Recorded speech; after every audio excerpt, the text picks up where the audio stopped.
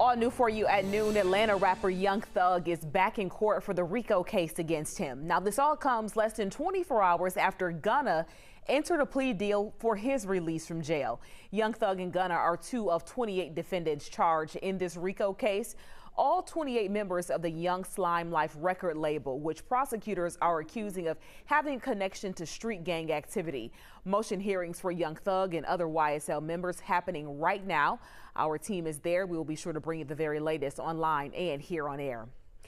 Here is a look at the moments Atlanta-born rapper Gunna walked out of the Fulton County Jail late yesterday afternoon. The rapper, whose real name is Sergio Kitchens, made a deal with prosecutors to make this all happen. Now, Gunna will not have to stand trial early next year with rapper Young Thug and the more than 24 other defendants who prosecutors say were part of a racketeering conspiracy. And despite Gunna releasing a statement saying otherwise, documents from his plea deal show if called to testify when his co-defendants head to trial, the rapper would have to take the stand. John Sherrick on that part of the story for us.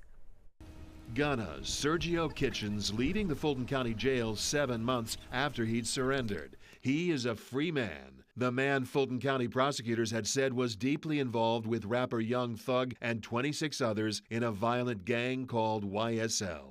Gunna pleaded guilty to 1 count of racketeering, and it was an Alford plea, meaning Gunna does not admit to doing anything wrong, despite pleading guilty to the charge. I'm pleading guilty, but not admitting I'm guilty.